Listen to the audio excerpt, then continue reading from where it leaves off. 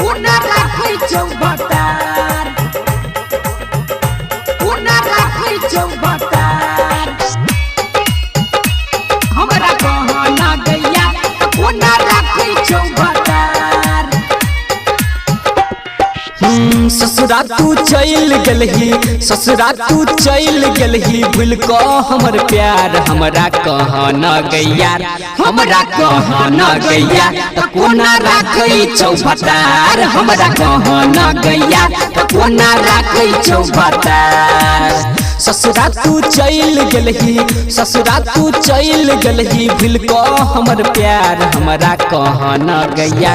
हमरा कहाँ न गैया त कोना राखै छौ भतार हमरा कहाँ न गैया कोना राखै छौ भतार कोना राखै छौ भतार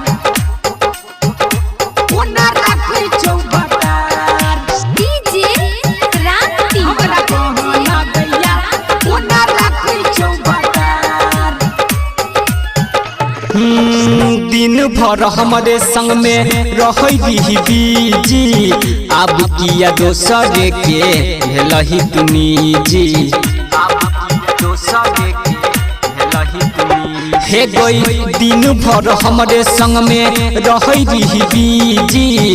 अब किया दोसर के भेलही तू निजी अभियो हम चाहै छियौ अभियो हम चाहै छियौ करै छियौ प्यार हमरा कहाँ न गैया हमरा कहाँ न गैया त कोना राखै छौ भतार हमरा कहाँ न गैया त कोना राखै छौ भतार ससुरा तू चल गेलही ससुरा तू चल गेलही भूल को हमर प्यार हमरा कहाँ न गैया हमरा कहाँ न गैया त कोना राखै छौ भतार हमरा कहाँ न गैया त कोना राखै छौ भतार कोना राखै छौ भतार कोना राखै छौ भतार डीजे क्रांति। अभी आप सुन रहे हैं खुटौना से मैथिली म्यूजिक की शानदार प्रस्तुति। हमरा खियाबै छलही गोदी में बिठाई के तही ना खियाबै छी की जान अपन साई के हे गई हमरा खियाबै छलही गोदी में बिठाई के तही ना खियाबै छी की जान अपन साई के राइटर प्रवीण कहो देबू अखिलेश कहो तोरा बार बार हमरा कहाँ न गैया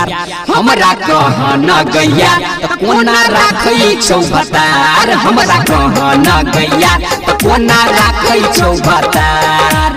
ससुरा तू चल गेलही ससुरा तू चल गेलही भूल को हमर प्यार हमरा कहाँ न गैया हमरा कहाँ न गैया त कोना राखै छौ भतार हमरा कहाँ न गैया त कोना राखै छौ भतार।